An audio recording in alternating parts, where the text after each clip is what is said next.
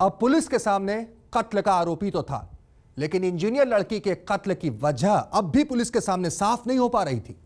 लिहाजा पुलिस ने आरोपी का मुंह खुलवाने का इरादा किया और जैसे ही उसने कत्ल की वजह को बेपर्दा किया तो पुलिस हैरत में पड़ गई। और यह जानकर पुलिस और भी बुरी तरह चौंकी कि जिसे वो कत्ल के इल्जाम में पकड़कर लाई है, उसे तो वो एक बार पहले भी पकड़ चुकी है।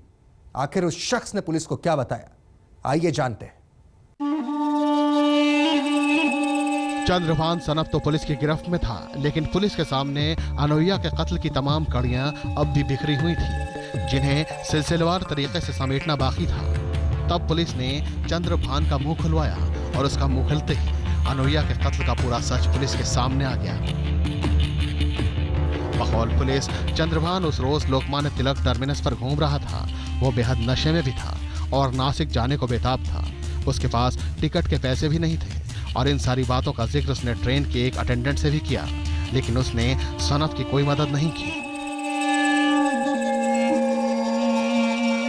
तभी सनफ की निगाह अनोइया पर पड़ी, जो रेलवे प्लेटफॉर्म पर तन्हा खड़ी थी। बकौल पुलिस, सनफ ने पुलिस को बताया कि उसी वक्त उसने अनोइया को लूटने का प्लान बनाया।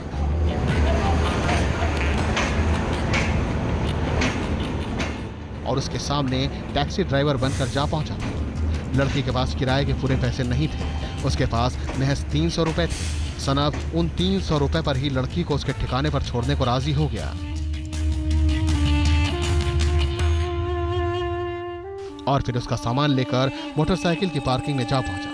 लड़की ने जब उससे कहा कि मोटरसाइकिल की पार्किंग में उसकी गाड़ी है, तो उसने एक और बहाना बनाया और कहा कि उसकी टैक्सी खराब हो गई है, लिहाजा वो अपने दोस्त की बाइक से छोड़ देगा, इससे उसकी कमाई हो जाएगी। लेकिन भांडूप के पास जाकर सनफ ने उस लड़की का उसके ही दुपट्टे से गला दबाकर कत्ल कर दिया और उसका सामान लेकर वहां से भाग गया। वहां से भागकर सनफ ने यह सारा किस्सा अपने ही दोस्त को बताया, जिसकी बाइक लेकर वो गया था। उसके बाद वो दोनों एक बार फिर उसी जगह पहुंचे जहां लड़की की लाश थी। अपने दोस्त को वहीं छोड़कर सनफ वहां से भाग खड़ा हुआ और बाद में संदिग्ध हालत में मुलंड पुलिस के हाथ लगा।